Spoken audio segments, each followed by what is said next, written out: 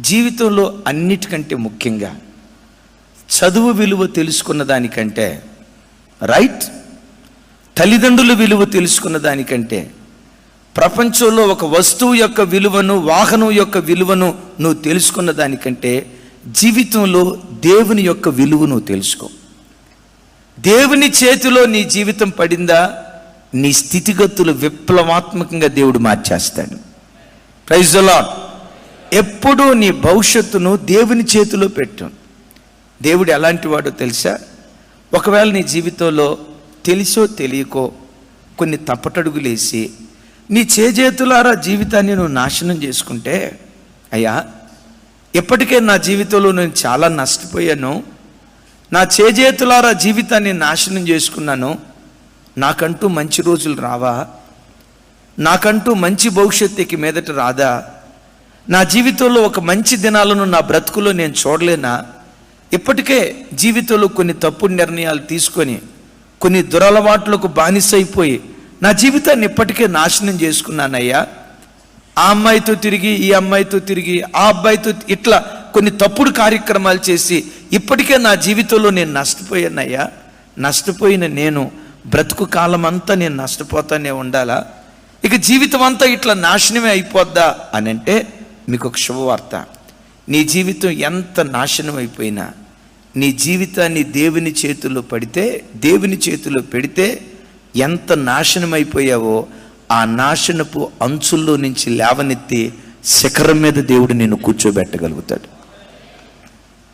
జీవితం ఎంత నాశనమైనా దేవుడు ఎలాంటి వాడో తెలుసా? ప్రజలంతా దేన్ని వేస్ట్ అన్నారో, వీడు వేస్ట్, ఇది వేస్ట్. ప్రజలు ఏ వ్యక్తిని వేస్ట్ అని తృణీకరించారో, తృణీకరించబడిన బ్రతుకులనే మూలకు తలరాలుగా దేవుడు మారుస్తాడు. ఒకవేళ ఈ వాక్యం వింటున్న యవన బిడ్డలారా, నా వైపు చూడండి. కొన్ని నీ తొంటరి పనులను చూసి నేను కన్న తల్లే, నేను కన్న తండ్రే, వీడు వేస్ట్ గాడు, ఇలాంటి వాడు నా కడుపును ఎందుకు పుట్టాడు, ఇలాంటిది నా కడుపున పుట్టకుండా ఉంటే బాగుండేదని ఒకవేళ కన్న తల్లిదండ్రుల చేతే తృణీకరించబడి, స్వకీయుల చేతే తృణీకరించబడి, నా బ్రతుకు ఎవరు బాగు చేస్తారని ఒకవేళ నువ్వు వెతుకుతూ ఉంటే, నేను ప్రకటించే నా దేవుడు ఎవరో తెలుసా? ఎక్కడ తృణీకరించబడ్డావో అదే స్థలములోనే నిన్ను పట్టుకొని, తృణీకరించబడిన స్థలంలోనే నేను తలమానికగా దేవుడు నిలవబెట్టగలుగుతాడు. అందుకనే నీ జీవితాన్ని ఎప్పుడు దేవుని చేతులకు సమర్పించు. ఆ దేవుడు ఎలాంటి వాడో చెప్తాను. ఇప్పుడు ఇది గాజు గ్లాసు అనుకోండి. గాజు గ్లాసు నా చేతిలో నుంచి జారి నేల మీద పడిపోయింది. అప్పుడు గాజు గ్లాసు ఏమైపోద్ది? ముక్కలు ముక్కలు అయిపోద్ది. గాజు గ్లాసు ముక్కలు ముక్కలు అయిపోయిన తర్వాత సహజంగా ఎవరైనా ఏం చేస్తారు?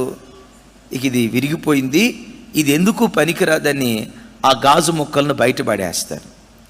బయట పడేసినటువంటి గాజు ముక్కల్ని, వేస్ట్ అని పడేసిన ఆ గాజు ముక్కలను కొంతమంది ఏం చేస్తారో తెలుసా? అవే గాజు ముక్కలను తీసుకొని వాళ్ళ ఇంటి చుట్టూతో ప్రారీ గోడ ఉంటుంది కదా, ఆ అదిగో చూడండి. ఇప్పుడు తెలివి కరెక్ట్గా పనిచేసింది తమ్ముడా. బాప్తిసం ఉంది ఇప్పుడు కార్యక్రమం, కిందకు వచ్చి రైట్ చూడండి. ఏం చేశాడు? ఇప్పుడు పనికిరాదు అన్న గాజు ముక్క ఇప్పుడు పనికొచ్చిందా లేదా? ఒకడేమో ఇది పనికిరాదు అని పక్కన పడేశాడు, ఇంకొకడు ఏం చేశాడు తెలుసా? పనికిరాదు అన్నదాన్ని పనికొచ్చేటట్లుగా చేశాడు.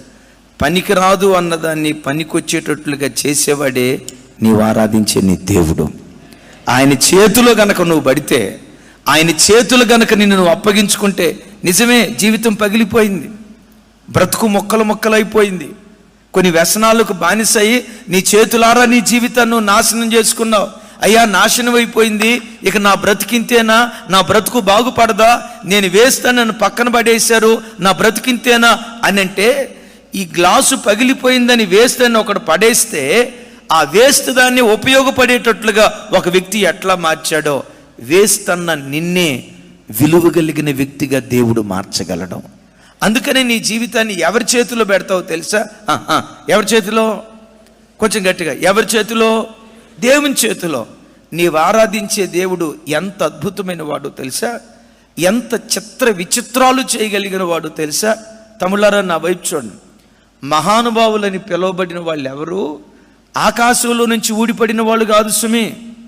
గొప్ప గొప్ప వాళ్ళని పిలువబడిన వాళ్ళు, ప్రపంచాన్ని శాసించే ఆ మేధావి వర్గం ఆకాశంలో నుంచి ఊడిపడిన వాళ్ళు కాదు.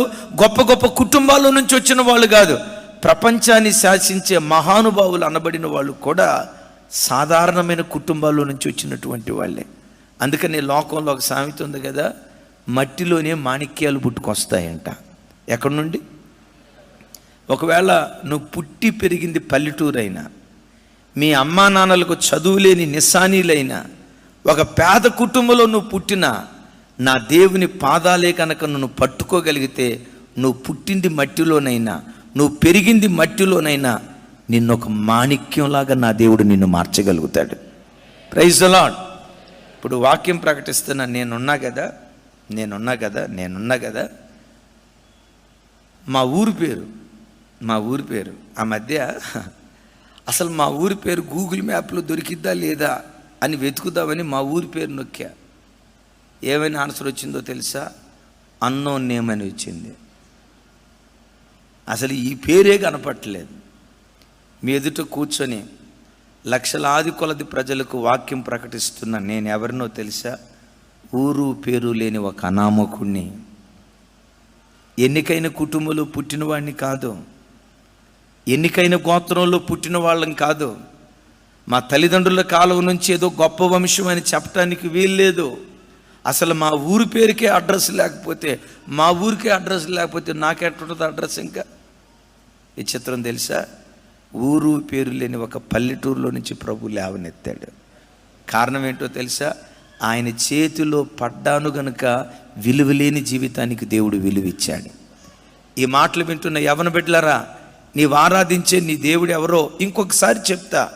నువ్వు వేస్ట్ అని సమాజం అంతా అన్నా, వీడు విలువలేనోడు, వీడు వరెస్ట్ గాడు, ఇది యూజ్లెస్ ఫెలో, దీని బ్రతికింతే, వీడు నా కడుపున పుట్టకుండా ఉంటే బాగుండేది అని ఒకవేళ కన్న తల్లే కన్న తండ్రి నీ బుద్ధిహీనతను బట్టి ఒకవేళ అన్నా, అలాంటి స్థితిలో నా దేవుని దగ్గరికి రా, నా దేవుని పాదాలు పట్టుకో.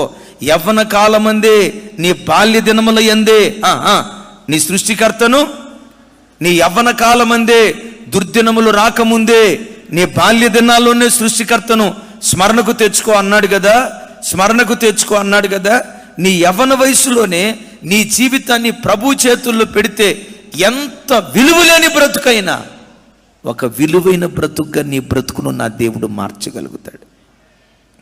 తమ్ముళ్ళు, నీవు ఆరాధించే యూనిక్ గాడ్, ఏకైక దేవుడు, ఆయన వంటి దేవుడు సృష్టిలో మరొకరు. హీజ్ యూనిక్ గాడ్, ఏకైక దేవుడు.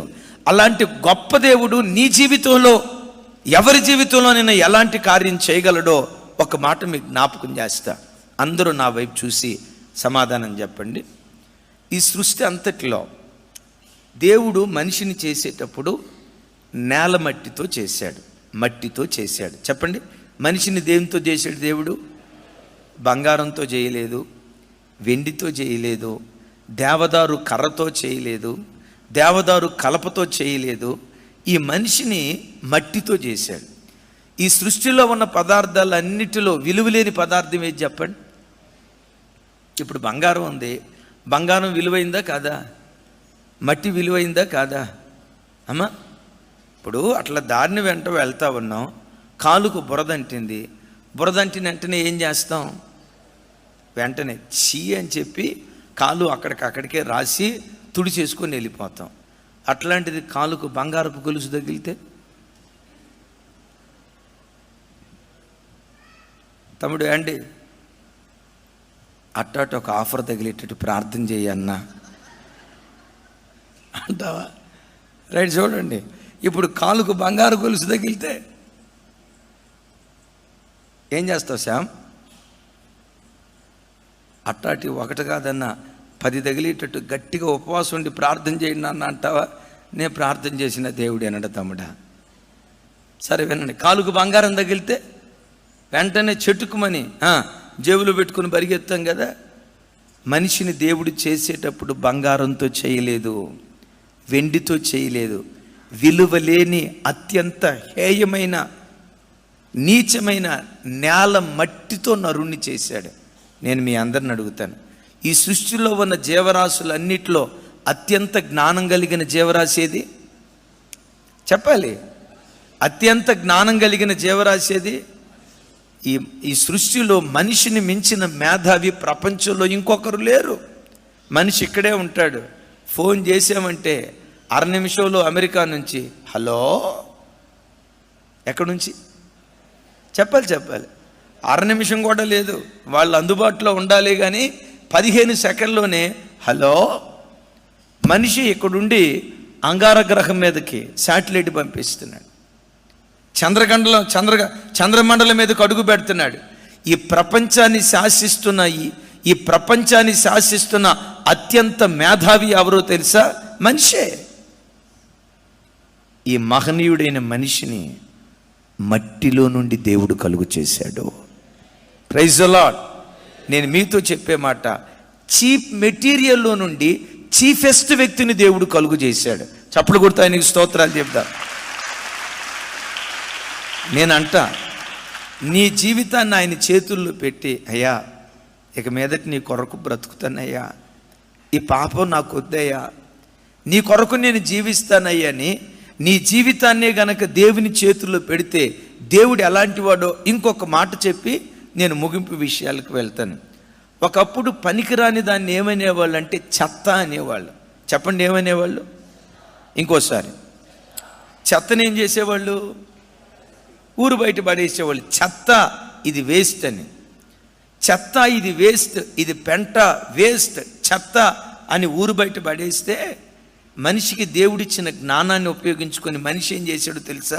ఆ చెత్తలో నుండే విద్యుత్ శక్తిని పుట్టించాడు. అదిగో చూడండి. ఏం తమ్ముడా, ఆ కంపెనీ మీదేనా ఏంటి? చెత్తలో నుండి విద్యుత్ శక్తి, చెత్తలో నుండి ఏం పుట్టించాడు? నేనంట, నిన్నెవరైనా చెత్త అంటే, ఒక వ్యక్తి చెత్తలో నుంచి విద్యుత్ శక్తి పుట్టించినట్లుగా ప్రజలు నిన్ను చెత్త అంటే నా దేవుడు అంటాడు, ఎవరు నేను చెత్త అన్నారో వాళ్ళ మధ్యలోనే నిన్నొక శక్తిమంతురాలిగా నేను నిలవబెడతా, నిన్నొక శక్తిమంతుడిగా నిలవబెడతా.